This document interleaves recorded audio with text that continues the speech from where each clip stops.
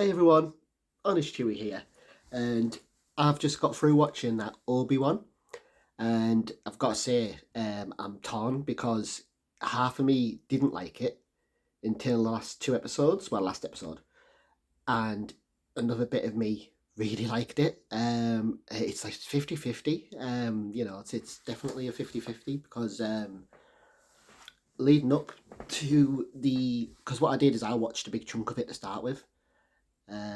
So I watched up to episode 4 with my fiance, uh, and then we watched Stranger Things because there was a delay for the 2 weeks. Not a delay, but it come out weekly. And I know a lot of people are saying that's better and this and that, but I prefer binge watching. I do get, like Stranger Things. You can see it's worked. Like it is good to have that hype, but it's a bit too long of a wait. Sometimes you need to keep up with the story and keep track. But this, I thought, like I say, I watched the up to the 4th episode, and I was disappointed. Mainly from just the fact that the same thing everyone keeps saying. Is Disney don't know how lightsabers work, and I agree. The Mandalorian, don't get me wrong, fantastic show, love it, right? But I get it, it's a sword, so I can go with it. But the way he's using it, pardon me by the way, just had a Diet Coke, like repeating. Oh yeah, before I say about the sword thing, I've just got through making this video, uh, well, midway, and I had to clear my throat, so I went to click pause, and it ended my video. So I'm starting it again. So obviously I'm going to say something after this, what I was mentioning in the video before, it cut out on me. But pretty much the swords can go with its light. And I know what they're going to do. They're going to make it so you can use it better, but it's just the first bit you see in... Oh, no, it's not the Mandalorian you see him using it. It's in the one that... Oh, Boba Fett. There we go. That was good. Now to get mixed reviews. I recommend it. I think it's great. People are saying he should have been a villain in it. I don't agree. I think I think he's better being a hero right now. And I wouldn't really say he's a hero. But I definitely would say he's a likable character. If he was a villain, he'd just be a villain. We've got loads of them. We've got Darth Vader for that.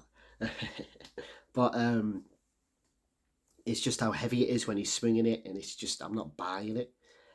But that I was rolling with because it's a sword. But on this, there's a few scenes where they're reflecting bullets, and it just doesn't look right. It looks too heavy.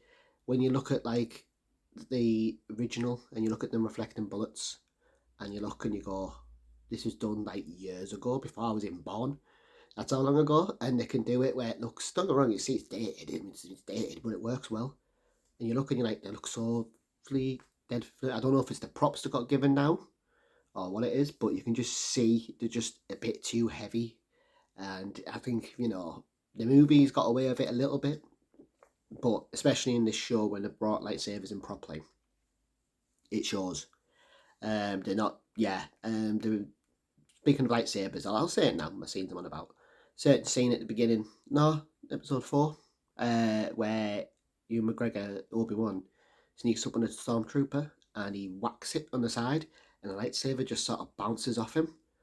And you just look and you just go, oh, I can't help but say that would not happen. Like what happened before when they got cut in half, and literally there's a certain scene in it where a guy falls on some lasers and gets cut in half. So it kind of makes you think, them lasers are stronger than a lightsaber, really? Uh, I don't think so. Like that's the whole point of the stone. But anyway, I'm going off topic here. What I'm going to jump into first is the controversy that's happening around the show.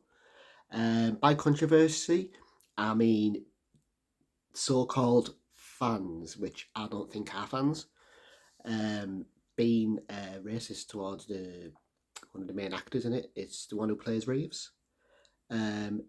I've got to say, I disagree with all of it. Like, I don't condone any racial behaviour at all, and I think it's just disgusting. Any show at all. Even if it's the worst show in the planet, race got nothing to do with it. Like, I can't stand it, and it makes no sense to me.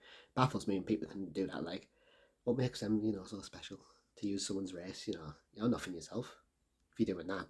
Anyway, before I get ranty, I'm just going to say Hugh McGregor. Not that I'm surprised, but he did a video and he stated that anyone who's racist to her is not a fan, and I was like, yes, get in. because it's true. Not a fan, and to me, they're not even human. But they can go and do one, because what I'm on about today is not that, is the fact that she was a good actor in it. It was what she worked with was bad. Like the writing leading up. Like I watched someone review this, and they made a valid statement that this is not really a spoiler review, but I'm going to go over everything. There's nothing really major to spoil. It's probably better if you know this beforehand going in. Reva has her own motives throughout the movie. Movie? Sure. It feels like a movie. And there's certain choices she does, what you look at, like she stabs the Grand Inquisitor. And I'm just like, right, I get your ego's really high and you want to find Obi-Wan, but why would you stab your leaders? Surely that's going to just wind Darth Vader up. And I said, not that Darth Vader cares, because, he kills him anyway. But, where you just sort of think, that's kind of, just what the heck? And anyway, it slowly shows her, like, just going mad. And she overdoes it, but that's because the script tells her to overdo it. And you wouldn't that role like you just would. I would have overdone it if I acted like that. Like you just would, wouldn't you? If someone said, "Oh, just act like a great," But there was certain scenes where you look and the CGI is not good, which is why I don't like them using a lot of CGI now. I like them doing like Baby Yoda's a puppet. He's not CGI, and don't get me wrong, there's some CGI on him because you need a bit, but he looks he's real. It's like it works so much better. Because someone pointed out that this show's gone a bit back over with the budget, and I get it. They probably spent most of the budget on Mandalorian and stuff like that, or Hugh McGregor. Not that I think he's going to demand a high pay. I think he's just going to do this because he loves Star Wars. He likes playing the actor, and it was awesome seeing him back as Obi-Wan. Like, he is someone who I'd happily watch a full movie about, even if it's like this show. I just like how he is. I like Hugh McGregor. And obviously Anakin's back in it. Same actor as well, which I'm very happy about. I wasn't a fan of the prequels, but I liked certain characters in the prequels. He was one of them. Boba Fett was one of them, and obviously there's a few more. Jar Jar Binks. No. I literally looked at Shelley and I thought, watch them, right? This is the fourth episode. How bad the show was going. I said to Shelley, I said, watch them bring back blooming Jar Jar Binks now to fight Darth Vader. There's a couple of things I'm going to go over to start with that they should have done differently. They should have told us that Reva had her own motives and was there to turn on Darth Vader. That was a plan all along. Build her way up the ranks, catch him off guard, which she does an absolutely atrocious job of. For instance, I'm going to back up a minute here and say she's one of the kids to begin and get killed, the Order 66. And she is somehow survived by playing dead. I'm not buying it because stormtroopers overkilled at that time. Anyone who was laid down, they were just gunning, so she wouldn't have been able to play dead. Unless she flung herself off that bridge thing at the beginning, somehow survived, floated under it, I guess, with the Force. I don't know. But she definitely lay there, that's for sure. It doesn't show it, she just says it.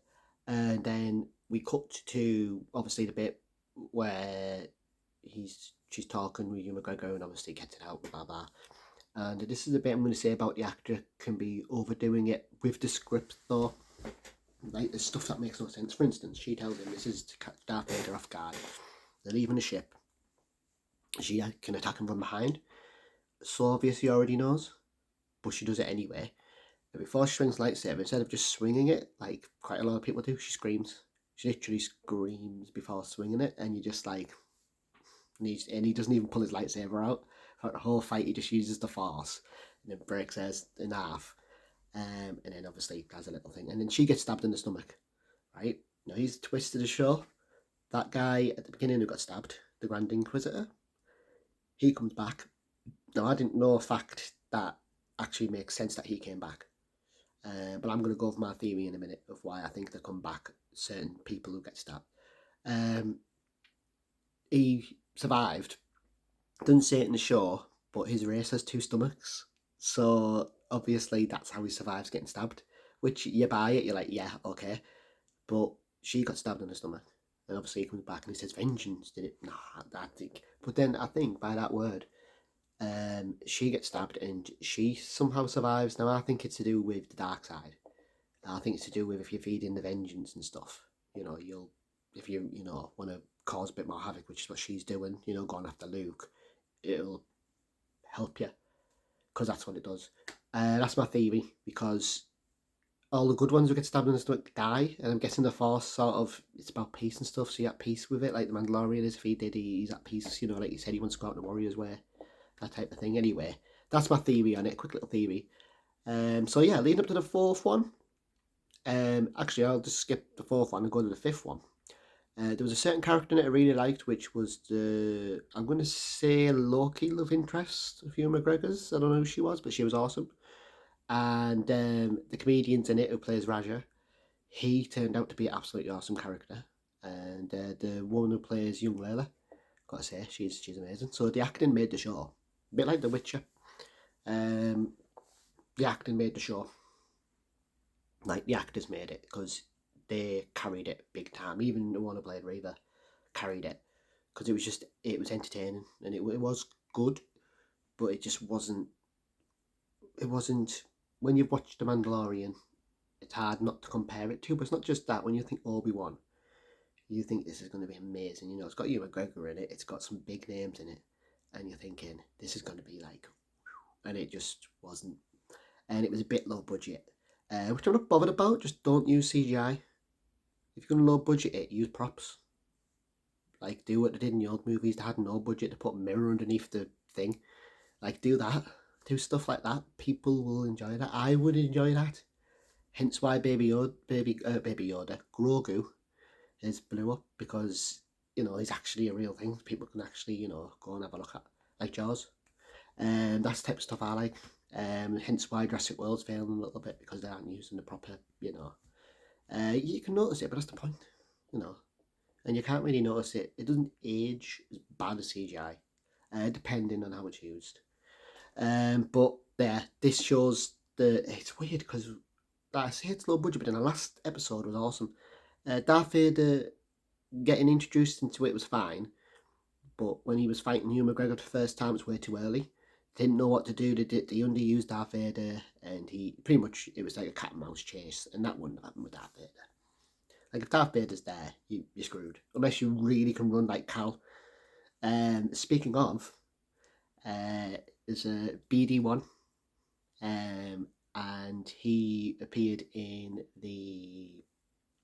Oh no, Mandalorian, the book of Boba Fett. He appeared in that, so everyone speculated that Cal was going to be in this. I hate to break to you, he's not. He's not in it yet. But he is growing out a beard, the actor. Now, this could just be because he wants a beard, but my theory is he's going to be in The Mandalorian because he will be about the Mandalorian's age. He'll be about in his 30s, 40s when they meet, because he's 20 out in the game, and Luke in the game is when Order 66 happens. He's a kid when Cal's a kid. So he'll be like Luke's age. Maybe a bit older than Luke. But it's like, if I'm thinking the timelines, and that's the thing they haven't done very well, is I think they've skipped the timelines too much. Like, one was way ahead, this is way back. You lose count. It's the only way I keep count is with the Death Stars. It's the only way I keep count. There's no Death Stars yet. Okay, right, so it's prequels. One's Death Star. Okay, so it's Rogue One. But yeah, in other words, it's good, and I'm intrigued to see what they do next, because it looks like they're going to do another one. But they did the ending of it. I'd be happy with it being standalone, because leading up to the fifth one, even the fifth one, it was awesome seeing Darth Vader in his prime again. I mean, everybody wants to see him in his prime again, and they listened and they did it. He was just amazing. George Lucas, who voiced him, just amazing as per. But I've got to say that I didn't think I'd enjoy it, apart from the Darth Vader bits. But then when you go on the last episode, it was amazing. It proper blew me away. Like, it was just everything I wanted the whole show to be. It was just so good. From the Reva going after Luke to actually seeing Luke's, like, uncle and that actually kick some ass. To seeing, you know, a face down with Darth Vader and Obi-Wan, a proper face down, like Obi-Wan nearly died Darth Vader, he nearly had Darth Vader. And obviously it shows a little reveal, which is very nice, the mask thing. Oh, it was just awesome. And then at the end we saw, I'm just going to say Liam Neeson, saw his characters, oh, it was so good. And then Luke gets his toys, and it was amazing. And we got to see his camel thing again. Because I was worried it didn't show up for a while, and I was thinking, I hope it's not dead. And it showed it at the end. I was like, yes. Also, excuse my hair. I don't know what's going on here, but the Force. But yeah, like I say, the last episode makes up for it. So if you wanted to, you could just skip and watch the last episode. Like, honestly, even if you don't like it, just watch the last episode. Because it's worth it. Just that's how I wanted the show to be. And that's how it should have started. Should have showed us that Reva wasn't on their side and was plotting against, because then it would make sense. And it should have told us about them having two stomachs, because that's a fun fact. That's funny. That's cool that he survived because of that. Like, in all fairness, she shouldn't have survived. But obviously, I think it's to do with darkness. I think it's to do with the dark side. I think that's something that'll keep you going, because it uses you, doesn't it? Yeah, I think that's it. Because the Emperor should have died when he overdid it, but he turned into that thing, didn't he? Anyway, screw the Emperor.